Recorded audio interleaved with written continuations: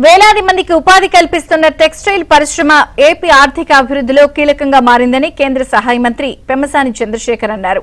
గుంటూరులో AP textiles mills association సర్వసభ్య సమావేశంలో పెమ్మసాని పాల్గొన్నారు.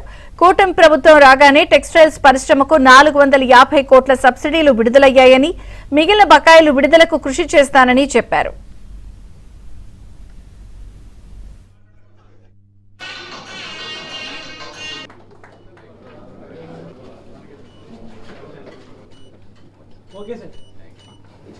మనం సస్టైనబుల్ అవ్వాలి, మనం లాంగ్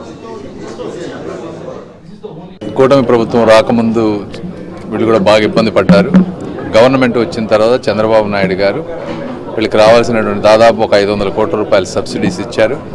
వీళ్ళల్లో ఇంకా కొన్ని ఉన్నాయి రిక్వైర్మెంట్స్, గ్రీన్ ఎనర్జీ పాలసీ కానీ ఇంకా కొన్ని పెండింగ్ సబ్సిడీస్.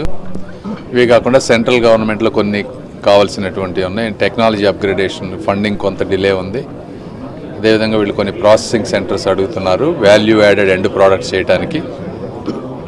ఒక కేంద్ర సహాయ మంత్రిగా నాకున్న స్థాయిలో అక్కడ మిగిలిన డిపార్ట్మెంట్తో కోఆర్డినేట్ చేసుకొని ఈ చుట్టుపక్కల ప్రాంతంలో ముఖ్యంగా ఆంధ్రప్రదేశ్లో కాటన్ ఇండస్ట్రీ బాగా అభివృద్ధి చెందే విధంగా రైతులకి అదేవిధంగా వ్యాపారులకి అందరికీ మంచిగా ఉండే విధంగా ఉపాధి కలిగే విధంగా ఏ కార్యక్రమాలు చేయగలమో అవన్నీ కార్యక్రమాలు చేస్తానని సంపూర్ణ సహకారం అందిస్తామని తెలియజేసుకుంటూ